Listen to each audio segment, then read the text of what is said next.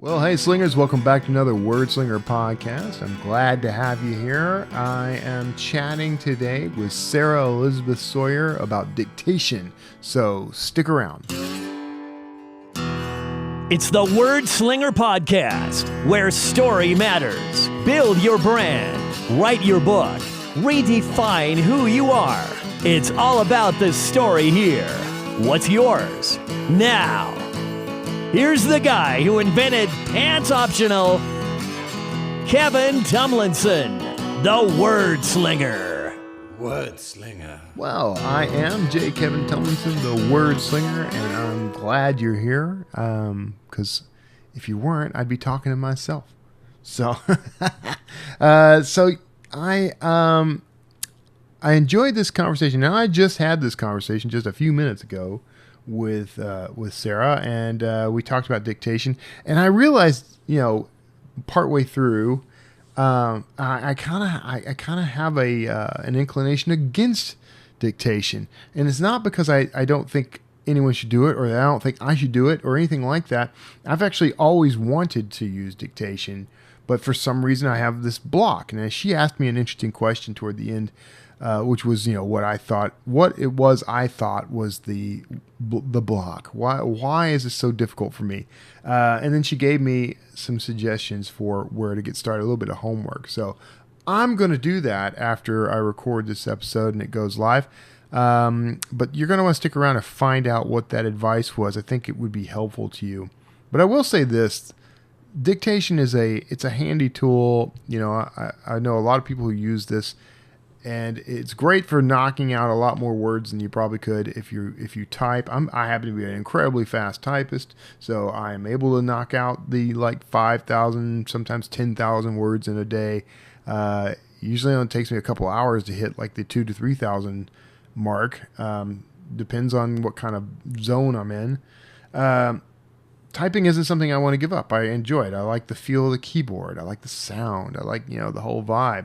So I'm probably not going to give that up. But the idea of using dictation to supplement that is appealing to me. And there's so much now that makes this so much easier. It used to be a real pain to try to do dictation unless you had someone transcribing for you, which was at that time a much more expensive prospect. But now, with AI tools and with better voice to text options and things like that, it's actually much easier now to do this. So anyway, that's the stuff I have to say on the matter. But what you're here for is to hear Sarah Elisabeth Sawyer and her take on it. So do that, and then stick around at the end for a note at the end, and I will see you there. Well, it's always nice to make new friends, but apparently we are old friends because you stumbled across one of my my business cards while clearing out a junk drawer or something, which means it was really effective as a business card. So thank you for that.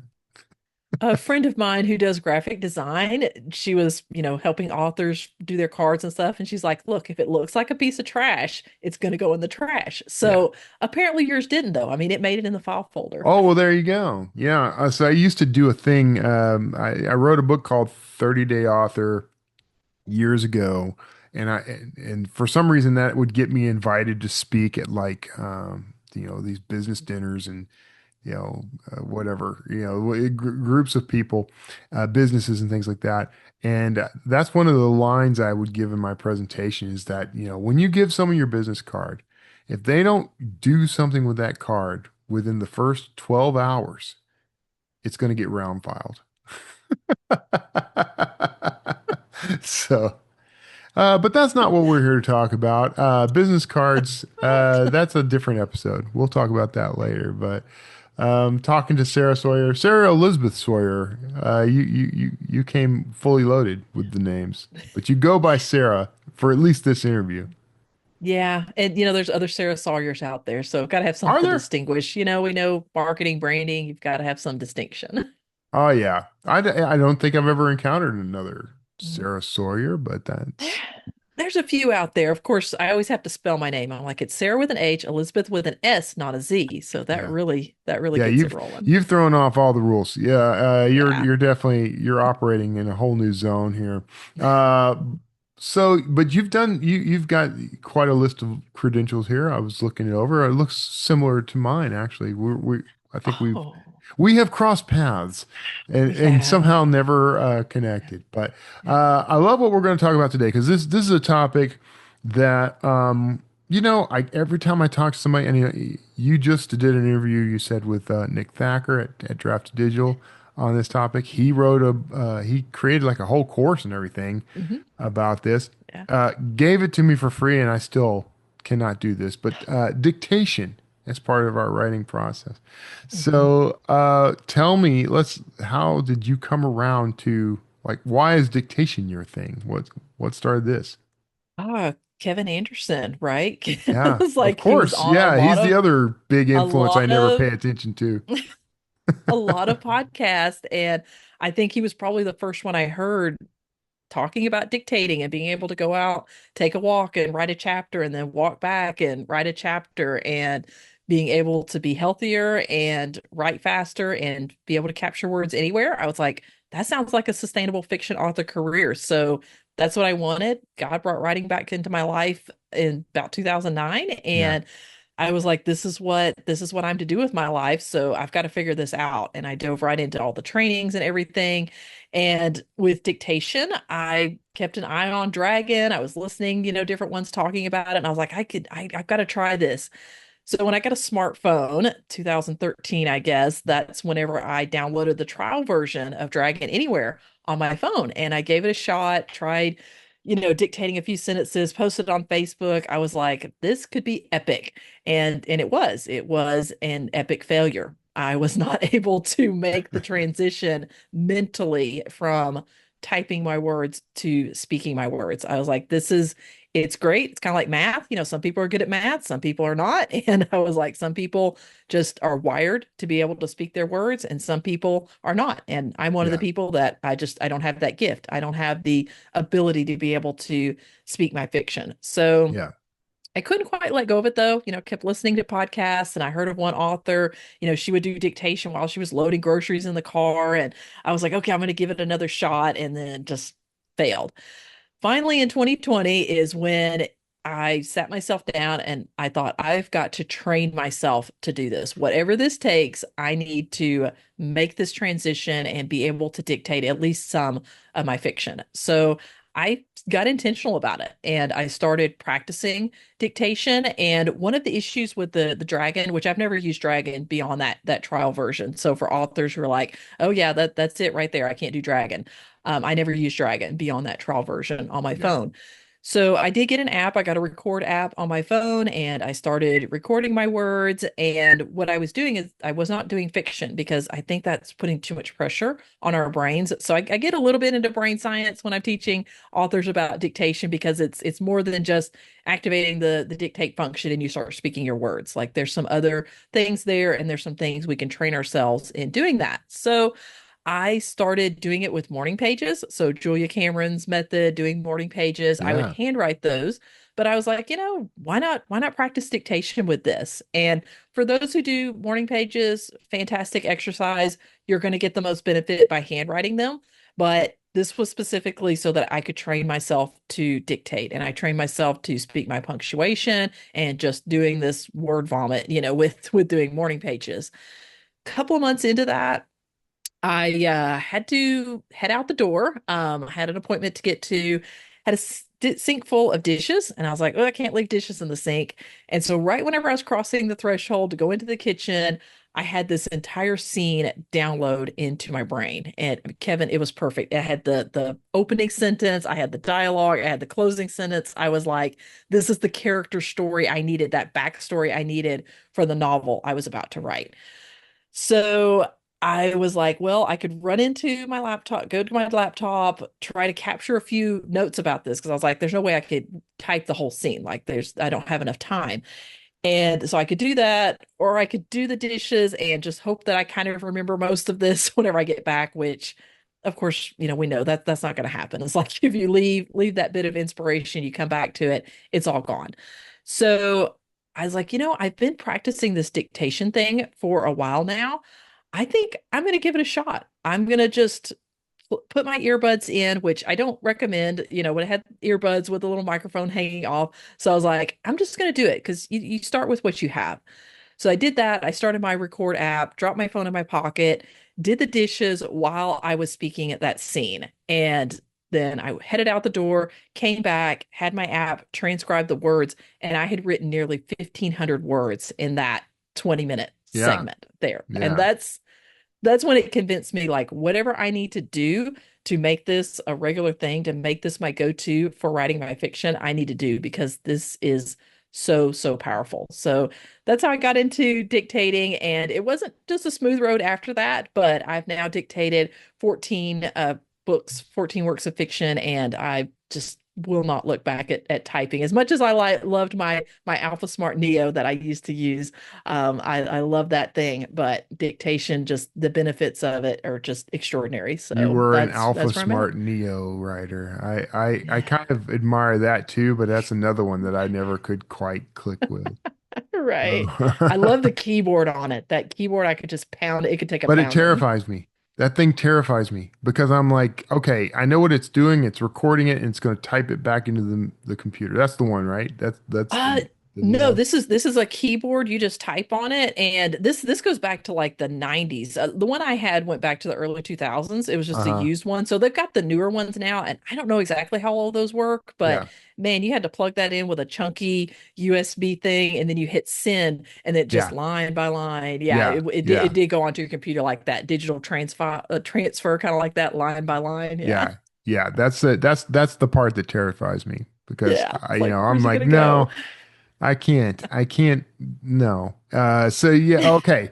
So you're a That was brave back in the day. is what we've discovered. I love that story, and I feel like I click with that story.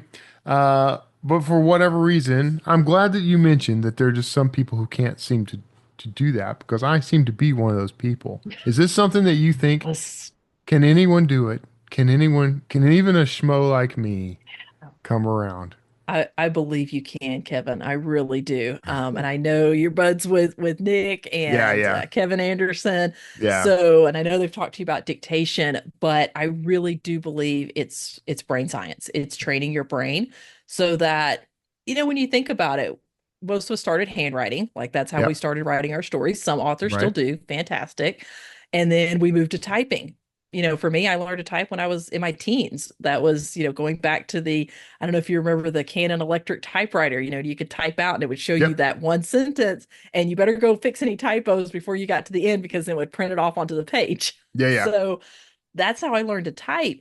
I didn't take right off with typing. I'm still not a great typer, but I didn't take right off with, it was just one finger at a time pecking away. And I didn't do anything creative. I didn't do like a new story to type. I took one of my handwritten stories and I was typing it up. And that's how I learned to type. yeah, So dictation for me, it was the same thing. It was a practice thing. It's a learned skill, just like typing is a learned skill. And yeah, someone, recently asked me, he's like, well, are you accessing a different part of your brain? Or is it like, I feel like that would be different. For me, I'm accessing the same imagination that I would if I was handwriting or typing my stories. Once I get into the flow, I become ignorant of what method I'm using, whether I'm typing or I'm dictating. So dictation has become so natural to me, just as if I was typing it. So it's still our words. Dictation has been around for thousands of years, right? You yeah, think about Pharaohs and King Solomon in the Bible, it says that he spoke 3,000 proverbs. And I'm yeah, like, that sounds like he dictated them. yeah, And so people wonder, well, can you dictate poetry and screenplays? I've had authors doing all of that, yeah, doing in fiction forms. I've had authors come into my trainings pretty convinced that dictation would not work for them, and when they got toward the end, they were dictating and they were starting to dictate their fiction. So I love those light bulbs going off, but I just encourage authors that it is it's not just a matter of activating your dictation function and starting to speak your words of fiction. There are some steps that you can take before that to really train yourself in being able to dictate fiction, including punctuation, which I'm a big fan of authors training themselves to dictate their picture punctuation, which a lot of authors rely on auto punctuate now, and that's fine too. But I really, as an author, I like being in control of my punctuation, especially with fiction, because that's a part of my voice as an Well, author. yeah, I'm gonna confess to you. There's two things. I have two confessions now. All The right. first is that I mean I actually did dictate early in life, but it was when I was a kid. I had my one of my favorite Christmas gifts one year was a cassette recorder, Oh, and they gave me yes. a big bag of cassettes, and I just went to town. I narrated all kinds of stuff. I was big into Yes. Encyclopedia Brown, so there was Kevin Tumlinson, Boy Detective. So I Love have it. done this in my life, but it's been a long time. But you said something else that triggered something I was going to respond to. What was the last thing you just said? Do you remember? Punctuation. Punctuation. Punctuation. Yeah. Yeah, I'm not going to be that guy. I'm just not. I'm not going to, because if I start doing it in dictation, I'm going to start doing it in life. That's what's going to happen. I'm going to be at the grocery store saying, you know, you're out of, you're out of Dr. Pepper, comma, and that really makes me mad, period. That's what's going to happen. When are So you going to get more in? Question when, mark. when, yeah, but then I'm going to start inserting M dashes and everything. So that's going to drive everybody crazy. They're Yeah. going to think I'm Yeah. an AI. Uh, so okay, so you've mentioned this. So let's talk about this a bit. You've talked about having courses, training. So you actually do have something that's set up to help authors do this, right? I do. So a couple of things. One, I have a course called Fictation, and yes, I'm very proud of that word that I came up with. So Fictation, the act of dictating your fiction. And so my authors, a lot of people talk about, well, I'm a dictator, as an author, fiction author, and people are like, I don't really want to say that, but they love being able to say I'm a fictator. So that's what I call my course, Fictation, a digital course, and really taking authors through step by step, breaking it down of how to train yourself to dictate your fiction. So that's available. And then my really popular event is my dictation boot camp, and I teach that a couple of times a year. It's live, so authors get to come in together. We do Zoom, and I teach, spend some time teaching. They're in the chat asking questions and answering them, helping each other out, and just really cheering each other on of like, hey, this is the success I had, or this is the challenge I'm facing. Is anyone else having issues with getting their dictation to activate on Microsoft Word? And so we have all of those kinds of discussions. I've got a private Facebook group that we go into during the boot camp for those on Facebook. And it's just a tremendous author community time for them to come together and light bulbs to go off of, wow, I was pretty sure this wasn't going to work for me, and now I'm dictating my fiction. So that's a 3-day event. It's just $37. Got it coming up in October. So I usually do April and October of each year. So Okay. really excited for it. We had over 400 authors in it last year. So Yeah. I'm excited to see what it comes together this year. It's Really supportive amazing. Yeah. community. That's pretty remarkable that there's that many authors who are, that interested in it. I sound like I'm not down on it. I actually think this is great. I've always kind of wanted to be able to dictate. I felt like it would be well, there was a time where like Stephen Fox or is that Stephen Fox? The Chris Fox. Sorry, Chris. Oh yeah. I have a friend named Stephen Fox from high school. Anyway, he was um, he was using this to kind of hit his like 5,000 words a day target, and that Right. got a lot of people going on that, interested in that. Mhm. And I'm like, well, but I do 5,000 words a day. I mean, Yeah, I that's great. when I rotate my wrists, they sound like cement mixers, but I can do 5,000 a day. So I didn't really see the point, except that it would mean I could write even during times when I wasn't at a keyboard. But that brings me to my next conundrum with dictation, which is I feel very self-conscious if I'm trying to do this in a even semi-public place. Is that something you do, or do you only do this in the privacy of your home? I just do it at home just because I'm an introvert. I don't even like being out in public anyway. Like I Yeah. always feel like everyone's watching me. And that's probably comes back on me because I'm sitting there, people watching everyone. So I think everyone's observing me the way I'm observing them. So that's just a writer thing, right? Yeah. So I have heard of authors dictating. I tested it out in a coffee shop just because of the noise. People are like, oh, if an espresso machine's going, can I still dictate? The thing with these microphones, and I just use the onboard mic on my phone, it zeroes in on your voice. So it just zooms in on your voice and cancels out background noises. But as far as the self-conscious thing, so I have a sign over my desk that says, I know I'm in my own little world, but they all know me here. So Yeah. it does feel, even if you're completely by yourself. I had one author, she's like, my office is in my basement. Like the door is shut. There's nobody around to hear me. And I just feel so self-conscious Yeah. speaking that out loud. And so Yeah. I'm like, hey, we can work with that. It's okay. One, a lot of people just hate the sound of their voice. They're like, I just don't even like the sound of my physical voice. And then some, it just feels very vulnerable to, there's something safer about typing it and it appearing on the screen versus it coming out of our mouth. Yeah. So what I work with authors on with that is, it does get one, it does get better. It does get better with time and training as you go through it. But one of the things you can do is just take another author's book or even one of your own books and just read it out loud. So Hmm. instead of putting that pressure on of I've got to come up with original words and I've got to get them out my mouth and this feels really weird, this feels vulnerable. I don't feel comfortable doing this. I don't want to do this at all. Which discomfort is a sign of learning. So that's a good thing. You're leaning into that discomfort and learning, but just grab a book off the shelf and activate your dictation function just as if you were going to dictate original words of fiction. And if it's something of your own, even better. And so practice that, practice your punctuation if you want, but you don't have to because it auto punctuates now. Yeah. You can Yeah. do that.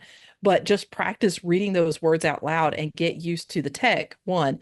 But the main thing is you're getting used to your voice being spoken out loud, hearing those words, especially if it's your own. And that's another thing that can help you preserve your author voice whenever you make the transition from typing to dictating your fiction. So that's what I really start authors off with is like, let's just do these exercises. And, if you're feeling like, oh, I'm out in public, people are listening to me, or just I'm having to listen to myself, just get accustomed to it with that. And then once you've made that transition, for me, everything fades. Like I get into my story worlds and stuff. I'm not aware of if I'm speaking, if I'm typing, my imagination. I am just watching my characters and I'm just experiencing the scene with them. So it can really become as natural as typing. So Yeah.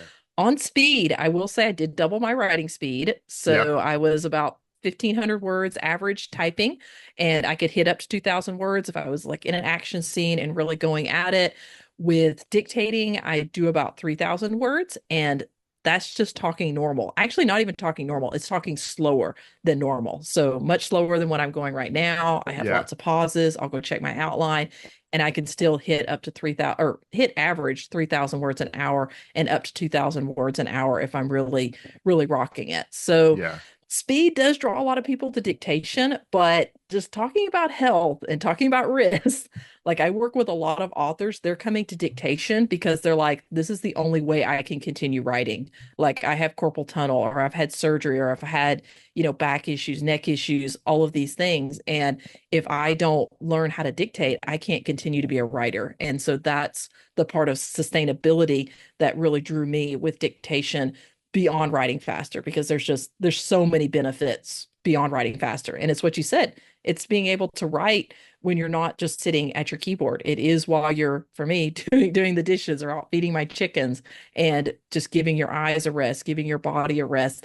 I like doing it laying in bed. Like Yeah. that's whenever I write the fastest, and I'm just like no pressure on my body, and I'm just able to relax and almost go into like that dream state, and you're like really just imagining, like telling yourself stories before you go to bed. I'm sure I'm the only writer that does that, but it kind of puts me in that place of really my imagination being activated, and that's actually when I write the fastest, but it's also better on my health, and just really enjoying the process with it. Yeah. Yeah. Kevin J. Anderson, he does it when he's, kind of hiking through Yeah. the mountains and stuff. And Yes. I always admired that. Yeah. But I just I don't know, man. And I'm usually by myself. There's a lot. I live here in the Texas Hill Country, so there's a lot of Oh places yeah. where I could Yeah. go and do that and be very Kevin J. Anderson about it. But I would be very J. Kevin Tomlinson about it. But Yeah. I And just can't get past it. I can't. yeah. And honestly, I know they say walking activates your creativity, and I know a lot of authors that it does. It Yeah, actually it it does helps you for in it. So me. Yeah, it helps with writer's block. yeah. I'm better whenever I'm just being still, Uh-huh. which is odd. Like I have a treadmill desk, but I don't like write fiction there. I mostly do it whenever I'm sitting or laying down. But it's definitely if you can get up and walk, but at least you're away from your desk. So and you're not using your wrists and your eyes and all. Yeah. But yeah, so you just find what works for you. But I could see walking the Texas Hill Country. I'm in East Texas too, Oh, by the okay. way. Yeah, So yeah, that's been all down to right. the Hill Country a couple Okay. times. Yeah. So here's the great irony, I guess. Back before I became a full-time writer, I used to have to drive into like an office job like everybody else, and that would have been the perfect time for me to experiment and Right. do this. But now I don't drive very often. I mean, we're Yeah. especially since we came off the road. We did the whole van life thing. But Oh, yes. now that we're in a house and we're off the road, like yeah, I drive, but it's usually like I'm just gonna run to the grocery store or whatever. So I don't have those long spans anymore. So I feel like Yeah. all I'm doing is Yeah. making excuses. Yeah, that's all I'm doing. I Kevin, I have heard it all. I've worked with over 800 authors on dictation, and it's Yeah. like the drafts are too messy. I don't like the sound of my voice. I can't get my tech working. Like there's so many Oh, things, and I'm like, that was me. yeah. I this is my story, y'all. Like that's why it took me 7 years to Right. actually do dictation. I do think you just hit something there for me. Because something I've come to love is ironically something I always hated in early in my career. But I love going back through what I've written to polish it. And that's typically when I'll add things. And I might do in a standard session, I might add 2 to 3,000 extra words to a book by cleaning it up and typing. So this would actually be good for that, right? Yes. Like if I could do it, then I could enjoy that part. It actually might actually make this more fun for me. So I need to Yeah. So reconsider. slap it down with the first That's bit right. there with dictation and then go to your keyboard. That's what I tell authors too. Don't think like I got to sit down and I've got to dictate the whole hour. If you typically write an hour, like dictate 5 or 10 minutes and then type the rest or add Yep. stuff to it. So there's a couple of things that maybe think of that. So I have three methods that I've identified authors dictating, Okay. and two of them are live transcribe, and that's where you're speaking and the words are appearing on the screen. Like as you're talking, Yes. words are appearing on the screen. Yeah. That's how I do it now. I dictate directly into my Scrivener iOS app, which I do have a free mini course on that, by the way, too, at fictioncourses.com. But that's where I just dictate directly into my Scrivener iOS app. The dictate live transcribe, you can either watch the screen, so you're watching the words appear, or you can not watch the screen. So that's the second method. And there's pros and cons to both of those. And I go into those more in my trainings, but there's goods and bads of both of that. Typically I don't watch the screen whenever I'm dictating, but I do keep an eye on it to make sure my app doesn't crash because I Okay. don't want to be talking and then, there's Yeah. 5,000 words I've lost if I was Kevin. So I get into that. And then the third method is the record and transcribe. And that's what I wrote 9 of my books with. So that's where you're recording your words, more like Kevin J. Anderson. You're going out for a walk, recording the words, coming back and popping them into, Dragon or Otter.ai or something and having the words transcribed. Or if you have an app on your phone that will transcribe it, you can use Apple voice memo now and it will transcribe your words. It's crazy Yeah. how easy it is now. Yeah. So that's the record and transcribe method. And that's where you can't go and add words in. You can't go and edit kind of as you go along. And the big benefit to that is it does get you moving on through and you get to the end of that scene and get to the next scene. So it's a fast way of writing, but for authors that kind of like to go back and add things in, the live transcribe is probably a better option. It depends. Like if you want to just lay down, a couple of thousand words and dictate those out and then come back in and type in some others, or you can dictate when you're adding stuff in too. Like that's you can move the cursor around when you're dictating now. So Oh, it's that's cool. there's a lot of things that you can do now. That's one of the demonstrations I do in tools, actually in the Scrivener one, about how you can, move around and all whenever you're dictating and use it during the revision process. But Yeah. there's a lot of options now. So Yeah, yeah, that's that's those true. are the three methods. I mean, when I back in the day, I mean, Dragon was the only thing that even came close to being good enough to do that, and it was terrible. And there were several other things. I tried several things early Yeah. on. So yeah, you're right, man. Everything is much easier now. So I've meant to ask you this whole time, like you've made it clear you use your phone. So, is there other equipment and software and apps, I mean, that you fall back on that you think you prefer over other options? Yeah, so mostly all my 14 books now that I've dictated, my 14 fiction books, I wrote them all on my phone. So Hmm. that is my preferred. When I'm at my computer, yes, I will activate my dictation function and I'll speak off emails and other posts. And like in the mornings when I'm doing my Substack notes and stuff, I'll dictate. Although I find for some reason it kind of jumps around. I don't know what the thing is. So sometimes I'll dictate it into my notes, like my default notes app, and then paste it over in Substack. That's But yeah, just a I don't side know what the note. deal I is. write everything for Substack in a different app because of the same thing. I think So, that's safer. I think yeah. that's safer. So it's like you wrote this whole thing and then it's like, where did it go? Yeah. So it does behave wonky with that. So I do that. If someone wants to use the record and transcribe method, Easy Voice Recorder is a good option. If you have, and that works on Android or iPhone. I know I talk a lot about iPhone and Mac because that's what I use, but all of the things, first of all, it's about training your brain to dictate your fiction. And Yeah. then when it comes to tools, you use what you have on hand. You don't have to go out and buy like a microphone. I Yeah. have a great mic here that I use for podcasts and all. I've never used this mic to dictate. This Hmm. is just because it's here at my desk and I don't dictate my fiction here at my desk. So my phone has no mic. I just hold it up to my mouth, or this one has such a good mic on it. I can just lay it on the arm of my chair and speak my words. And so I don't even have the pressure of holding my phone. So in terms of other apps, like I said, someone recently told me about voice memo, and I was like, I may use that some for recording voice memos, and then it transcribes. That method's a little clunkier because now you have to copy the words over into an email or your default notes app, and it syncs with your computer. And then you go to your computer and you copy it into Atticus or Scrivener or whatever it is that you use. And so it's a few more steps there, but you can do that. So that's one of the reasons why I like just dictating directly into my Scrivener. Then I sync it and I go to my computer and I do my cleanup. So Yeah. not an edit, but just clean it up enough to where it looks like a typed draft. And that process has gotten really fast for me. Yeah. All right. Well, okay. I don't know why I've been so resistant to this, but I'm gonna try this again. But I've promised Nick and Kevin J. Anderson at separate times that I would get over myself and do this, and still haven't. But so don't hold your breath. Can I ask a question, Kevin? Ask me What would you anything you want. say? What would you say is the number one thing holding you back from dictating? Oh, that's a good question. I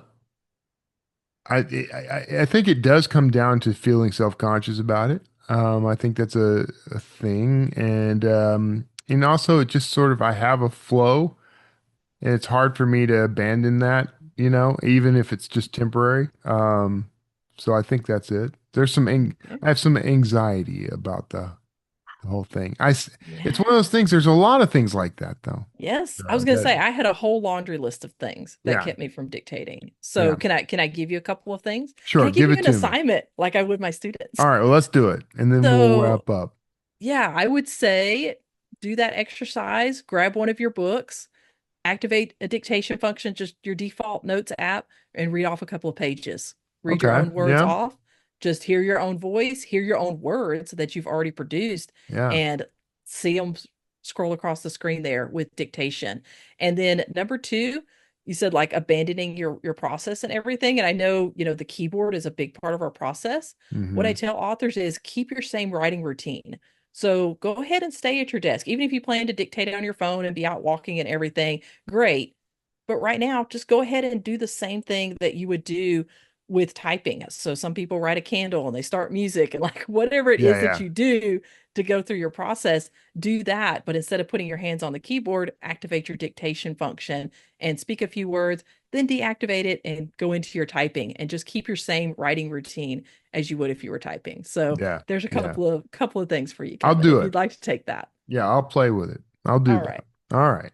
Sounds good. All right. Well, tell people where they can find you and these courses and the other things you want people to find. Yeah, absolutely. So fictioncourses.com/dictation. That's where you can get the free Scrivener plus dictation mini course. I also have a quick start guide. So for authors just wanting to take those first steps with dictating their fiction, they can go download that guide for free. And I do have my dictation bootcamp. So you'll see that on my site. It's not quite live yet. It'll be coming at the end of September 2025. You'll be able to enroll in the dictation bootcamp if you would like to do that. And yeah, I just got on Substack, which is how I will call it reconnected with Yeah. Kevin Yeah. from his business card. So Love over on Substack. yes, Yeah. I'm really into it now. So fictioncourses.substack.com. I have my 5 minute fictation club there. It's $10 a month to join right now. So really, really having fun with that of authors just taking tiny steps toward dictating their fiction each day. Excellent. All right. Well, thank you so much, Sarah Elizabeth Sawyer. But the only Sarah Sawyer I know. So great to finally meet you. Make sure everybody listening to go check those out. There's going to be links to all that stuff in the show notes. Thanks to our trusty AI producer who's transcribing this very thing. So I mean, I've been dictating this whole time, Sarah, the whole Yeah, time. you're already doing it, Kevin. You're a Such a master. hypocrite. But thank you everybody for tuning in. Make sure you stick around for the note at the end because you know you're going to want to hear it. And we will see you all next time. Thank you for having me on, Kevin. It's great. You know, I've always believed life's too short for boring stories. So I write the kind of books I'd want to read. Action-packed, fast-paced fiction. Adventure stories with characters you'll wish you could hang out with. And twists you'll never see coming. From ancient mysteries to modern-day thrills, my books take you on a wild ride. And trust me, I've got plenty of rides to choose from. So if you're ready to escape into a world of danger, discovery, and intrigue, it's here waiting. Find your adventure at kevintumlinson.com/books. Not responsible for sleepless nights. Well, I hope you enjoyed that chat with Sarah, because I know I did. And Sarah, if you're listening, thanks for being on the show. I appreciate it. Yeah, dictation is something I feel like would be beneficial to me, and for some reason I don't do it. And what's odd about it for me is, she relies very heavily on her iPhone, and I have this thing for writing on the iPhone. Now she says at one point like she's written all of her books on her iPhone, and she dictated them. Now I don't know if she's ever used a keyboard with her phone, if she's ever typed in Scrivener from her phone. I think maybe she has. I think she indicated she's done some of that. I have written using nothing but my iPhone. I've written entire books like that over the years. A lot, like all my Sawyer Jackson books ended up written. Not all of them. The final one really of the trilogy. So not the books, but a book. And then some other books that I wrote around that time were all written using my phone. But here's the thing. I did use a keyboard, but I mostly used my thumbs. And so what that did for me is something I think is kind of in the same vein of what Sarah's talking about with dictation. She kind of brought this up, but you do sort of engage a different part of yourself when you're doing this, when you change the way you do it. So I would write using my thumbs at that time, and I've had lots of people just cringe out over that idea. Like, man, that's got to hurt. Really wasn't bad, but what it did for me was it changed my take on the story as I was writing it. I had to do it a little different, and it just changed everything about it. There was a different sort of flow. I think that's what happens. We can engage these different sort of parts of our brain or parts of our, subconscious, I guess, by changing things up. I think it's good to do that from time to time, which is one of the reasons that I would consider dictation, because I think it would help me access a different part of me. And I've always been keen on experimenting in that way. When I wrote my book Evergreen, that was the book that I wrote in a single day, and that was all typed. There was no dictation involved with that. But that was a 60,000 word draft that I wrote in about an 18-hour window on one day. And, I won't be doing that again. It burned me out pretty good. But what I have noticed is that's the book that people like really click with fastest when they discover me as a writer. People love that book. And it's very different from the other books that I've written. Different vibe, different energy. And that all came from a different place because of the nature of the way I was writing it. Because I was blazing through, not stopping, not editing. I wasn't editing myself as I wrote. I was just telling the story as it came to me, at times forcing myself to have to continue.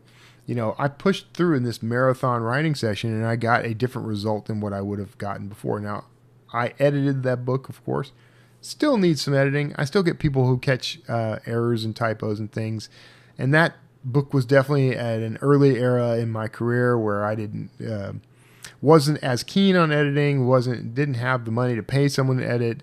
There was, all kinds of things happening. But, I fix things as people point them out now. But that book was, I think, one of my best, one of my favorites. It's definitely been a favorite to people who've read it over the years. But I think the point here is that like doing something in a new way unlocked a different part of my skill set and changed how I approached the rest of my work. That is behind the process that I went through with J.D. Barker. We did a whole outlining process, which is something I wasn't used to. I'd outlined books in the past. It was always kind of with mixed results, but the process with JD wasn't just outlining, frankly, but outlining it, then getting, notes and approval, and then writing the manuscript and getting notes and approval, looping back to do, because I loop back when I'm writing to fix things, to change things, If I introduce an idea in chapter 17 that should have been set up in chapter 3, I do a whole loop back, rewrite, reread, re-edit. But getting notes from someone else and going and incorporating those, sometimes to the point of dramatic changes to the manuscript. That was something I hadn't done before. I would get notes back, when this went to his developmental editors, like he would make some notes, the editor would make some notes. Those would come back to me and it might change entire scenes, entire chapters of that book, which meant that I had to go back and make sure everything aligned. So, there was a constant loop back process. Something I recommend, I'm actually thinking of writing something. Maybe I'll dictate it, but a book on this looping concept that I use, because it's evolved over the years. And I think it has become a powerful tool for polishing a book is what I was going to say, but more than that, for shaping the book in a way that simple editing doesn't. Like, if this looping process that I use is more than editing. It's more than rewriting. It's sort of, I don't know, it's hard to describe, but you can just call it editing. That's fair. But the point is, that process with JD was different than what I was used to, and that changed my writing, changed the way I approached the writing. And so when I was done with that book, we're waiting on copy edits now. When the book was finished though, and was sent off to the copy editor, I immediately started writing another book, and the goal was I needed something that was the same but different was the way I phrase it. Because that book is going to kind of get out there and get noticed at a different level than my self-published stuff has so far. You know, I wanted to make sure I had something that I could shop around a little, get me a little more street cred. And so, but I needed it, I realized, to be similar to the book that JD and I did. I had started working on a couple of different books in that time that were not like that.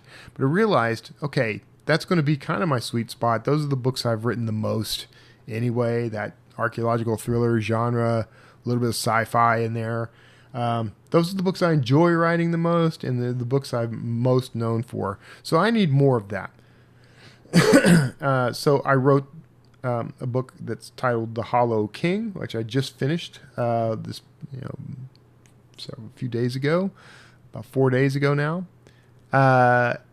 And that was a different writing process. I applied everything I'd learned from the book I did with JD to this book I was doing all on my own. But I wrote it as if I had someone looking over my shoulder. And hold on, pardon me. Sorry, my throat. Sorry about that. Didn't mean to. I tried not to cough in your ear. So what's sad is I have a little button that's meant for that, and I always forget to push it. But anyway, applying what I learned from that process meant that the book I was doing was going to be intrinsically different from the books I've done in the past. Now, I've always been a pantser. And what I've discovered about outlining is it's useful to me to a point. I don't mind outlining. I kind of enjoy it, but only so far, because I used to avoid it altogether, because once I know the story, I sort of lose interest in it. So if I've written the story as a bunch of bullet points, I'm less interested in writing it out as prose. That's the way it used to be. It's different for me now, because the looping process has changed my approach. And you're going to start seeing, like, this is the onion. That's one skin, and here's another skin. We're going to go through some of the layers here, but I have continuously grown as a writer because of these challenges that I've dealt with and experiments that I've done. So, looping was one of the things I kind of learned. I was already sort of doing this when I read Dean Wesley Smith's Writing into the Dark, where he uses a process called cycling, which is very similar. So I was already doing this and calling it looping before that happened. Here's where I get to use this button. Hold on. There we go. See, you didn't hear a thing. And I assume you can hear me now. Anyway, when I read his book, Writing into the Dark, he talked about his cycling process, and I recognized its similarity to what I was doing. But I sort of took things a little further, and, not only do I loop back and write from where I started the previous day, I read the previous day's words and edit and continue on. That gives me some momentum, but I also will periodically loop back all the way to the beginning and rewrite to where I stopped. A lot of times I do that because maybe I've hit the muddy middle, for example. I've gotten to a point in the book where I'm like, I have no idea where to take it from here. What I've discovered is if I go back, read, and rewrite through the whole manuscript again, by the time I get to the point where I stopped, where I hit the block, I guess, I'm back in the story. My head's back in the game. I've got momentum, and so I barrel through and write the rest of the book. Now, I might have to do that a couple of times, especially in a complex story. I did that in the book JD and I did that repeatedly. I did it a lot. And in The Hollow King, I did it maybe twice. 3 times technically, because the third time was the final loop. And so that's part of my process now as well. It's like I finished the book, and I've done a pretty good job of looping back and doing some editing, cleaning things up. It's pretty tight. I could probably do something with this book as is, but I'm going to loop back one more time, and I'm going to take 2 or 3 days to read through and rewrite the entire book. And when I say rewrite, I mean I'm just I'm adding some stuff here and there. I'm cutting some stuff here and there. Sometimes I'm rewording. It's really just editing, but it makes things flow and it makes things clean. So when that process is done, that final loop, I've got a book that's ready, I think, for prime time. Could probably do with a copy editor going through it one more time, but it's pretty clean. I use tools like ProWritingAid and Grammarly and even ChatGPT to help me scan for typos and errors and things like that. And that's been actually very powerful. It's helped a lot. It's helped a lot. I don't edit as I write, which I think is deadly to writing, but I do allow for those suggestions to kind of help me fix things on the fly. I guess you could call that editing, but I'm just sort of. It's almost like it's almost like using autocorrect for me. It is like that. That's exactly how I use it. It tells me when I left a comma out, or when I added one that wasn't needed, or when I used a word that wasn't appropriate. I used the wrong version of its or there, which 52, almost 53 years old in a almost 40-year writing career, I still mix words up. You probably will too.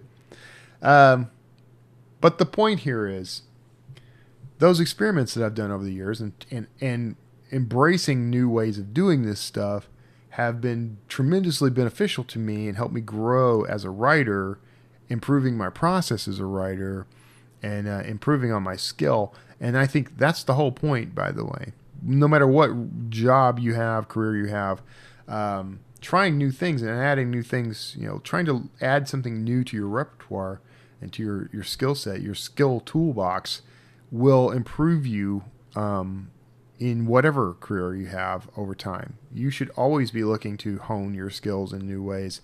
And it doesn't have to be stressful. It has been stressful sometimes, mostly because of resistance. So now, with the Hollow King, I did outline. I outlined and then didn't like the outline, and so I started over and I outlined again and didn't like that outline. And then the third time, I took the bits and pieces of that outline and I started outlining again. And then by the time I got to, I'd say maybe the halfway point of that outline, I felt like I didn't need to continue. I knew where the story was going. I had it. So in a way, I did a sort of developmental edit process on the outline until I had the story down. The whole point of an outline is to guide you as you're writing so that you've thought ahead, right? So if you get to a point where this is what the book's going to be, this is what the story is going to be, I didn't quite know what the ending would be, but I had kind of an idea. I had several ideas, and I was going to go with the one that made the most sense for the flow of the story. So I did not have to bother finishing that outline. Now, if you're doing work for, a traditional publisher or something, somebody's probably going to ask you for a full outline. That's when you would do an outline. In that case, by the way, I would have probably handed them one of the first two that I did, the full outlines, and then started the writing and then scrapped those outlines and redid it and started over, because that's perfectly allowable. I don't know if anyone's told you, but you have permission to do that. Some people may say you don't. Some people might get upset, especially when you hand over the book and it's nothing at all like what you pitched them. But, people get it, so that you don't have to worry about it. It's less important that you stick to the outline than it is that you took the time to think through the book. That's the lesson to take there. So that's the one I took. That's what I've learned from this. The current book, so I finished Hollow King. I've started a new Dan Kotler book. And this was one that I talked about this on Writers Inc. today. I don't keep like a story journal or a log of ideas per se, because I'll never use them. Once I've written out the idea, I almost never use it as is. And if I do try to use it, I end up changing it. I don't like being locked into it. So what I've done instead for years in my work is I'm good with titles, and so when I think of a really cool title, I think that would be a really interesting book. That would be a great Kotler story. I don't know what the story is. I just have a title. And sometimes the title will change. The Hollow King was like that. It was originally the Hollow Pharaoh, but that doesn't roll off the tongue as well. It sounds awful to me. The Hollow Pharaoh. It just sounds like a lisp. I don't know. It sounds like a speech impediment. But the Hollow King, though, here's a tip for you. This is something, there's a bit of psychology involved in this, but our ear, our Western ear especially, and this may be true for other cultures, I haven't looked into it, but for the English-speaking world, there are certain consonants that are much more engaging and powerful, and the k sound is one of those. The r sound is another one. So they're stronger. Those are stronger consonants. So if you can put those in the middle of a word or a phrase, it makes that it's chewier for the ear, even the mental ear. So the Hollow King ends with hollow ends with a softer consonant, but king has that hard K sound, and that makes it sound appealing to us. I don't make the rules. I kind of do, but it's true. And if you think about it, those are the best titles. I don't always play by that rule. Sometimes I go with a title that just sounds cool, even if it doesn't have that. But in a pinch, that's a good rule of thumb. But I keep titles. What I'll do is I'll create Scrivener files with those titles as the name of the file. If it's going to be a Kotler book. If it's not, I actually have a list somewhere. See, but that's it. Having the lists doesn't do any good for me. But having Scrivener files, I've created something with that. So now that bucket is that title. It's going to be the story that fits that title. I have no idea what the story is. When I started The Hollow King, well, I did kind of come up with that title after noodling with ideas. So maybe that's not a good example, but I wasn't entirely certain what the story would be when I first started it. The current book, I'm not really ready to announce the title of this book just yet, because there's been drama. I might change it. I doubt I will. But just in case, I don't want to mess with that. But what's interesting about the current Kotler book is I came up with that title. I set aside a file with it. I went on and I did other things. I wrote a different Kotler book, several different Kotler books in between then and now. I came up with that title. I can tell you to the day, August 22nd, 2022. That's the date that file was created. So that's the day I came up with that title, and it sat there. And then in 2023, I'm gonna say, in 2024, April 2024, I looked into it. April 2024, I started to write that book. But at that time, I was having a bunch of anxiety. I was burnt out. I had just come out of being the CEO of Book Sweeps, which had not gone the way I wanted. I had left Draft to Digital. I was wondering if I'd made a mistake with that. There was a lot happening. And at that time, JD and I started tinkering with an outline, which I actually ended up kind of abandoning. I probably need to loop back, take another look. I'm in a better headspace now, so who knows what we could do now. But then we ended up with the book he and I did write together, and that took all that time. It took a lot more time than I'm used to with a book, honestly. But I was learning and rebuilding myself as I went, so I think I can give myself a little leeway. So the whole point, just to bring it all around, that book, this current Kotler book, I'm back at it after more than a year away from it. And I'm now applying the things that I learned throughout the rest of that year, and factor in all the things I learned before that. So I guess the point I'm trying to make here, and we'll wrap it up. One reason I'm going to try dictation is because it's a skill I haven't mastered yet as a writer, and I think I should master the skills. But I also think that it's a way to engage a different part of me and learn something new that it could be applicable to future books and just make them better. And the goal here is to make the books better and better as much as I can. I'm writing this for the readers. I'm writing it for myself. And anything I can do to take the books to a new level, I'm going to do, because I owe that to the readers and to myself and to the world. The stories we write as authors are world-changing, world-shaping. And so we owe it to ourselves and to the world to do our best to make these the best possible tools for shaping the world. To make the world look as beautiful as possible. That's the goal. So that's it. I'm going to wrap it up. I'm glad that you tuned in today. Thanks for hanging out with me.